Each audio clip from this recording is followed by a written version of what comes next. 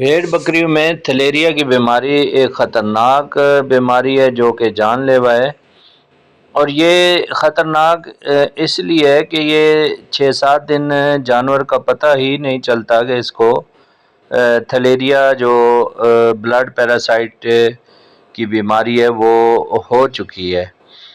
چونکہ جانور خوراک ٹھیک کھا پی رہا ہوتا ہے اور تھوڑا سا معمولی سا 19-20 کا فرق ہوتا ہے، تھوڑا سستی ہوتی ہے، ہلکا پھلکا جو ہے نیزل ڈسچارج، جو وائٹ نیزل ڈسچارج ہوتا ہے، اور جانور جو ہے کبھی چارہ کھا لیتا ہے اور کبھی نہیں کھاتا۔ تو یہ انتہائی خطرناک بیماری ہے۔ اس کو جو ہے وہ فوری طور پہ اس کی تشخیص اور فوری علاج سے ہی جانور کی جان بچائی جا سکتی ہے۔ اس بیماری کی جو مین علامات ہیں، اس میں فیور جو ہے 105 سے اوپر ہوتا ہے، اور اس کے علاوہ لمف نوڈز وغیرہ اس کے سوج جاتے ہیں، اور جانور انتہائی انیمک ہو جاتا ہے اور آخر میں جانڈس کا شکار بھی ہو جاتا ہے۔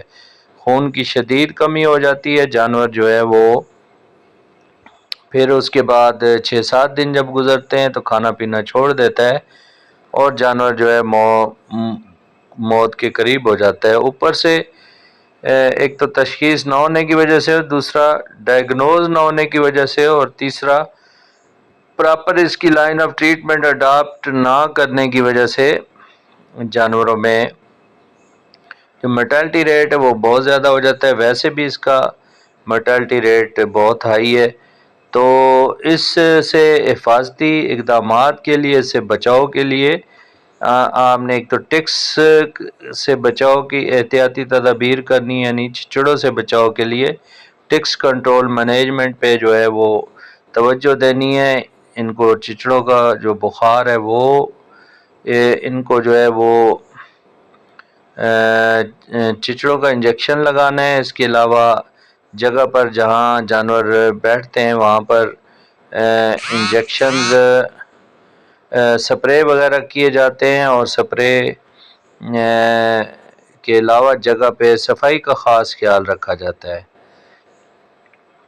اور اس کے علاوہ اس جو تھلیریوسس بیماری ہے اس کے لیے اینٹی پروٹوز جو انجیکشن ہے وہ احتیاطی تدابیر کے طور پر بھی ہر 2 سے 3 ماہ کے بعد جو ہے وہ لگا دینے سے جانور میں امیونٹی ڈیولپ ہوتی ہے اور جانور اس بیماری کا شکار کم سے کم ہوتا ہے۔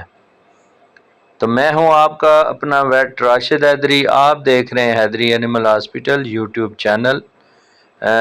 تو یہ ساری ویڈیوز جو دوستوں کے لیے بناتا ہوں یہ اویئرنیس کے لیے ہوتی ہیں۔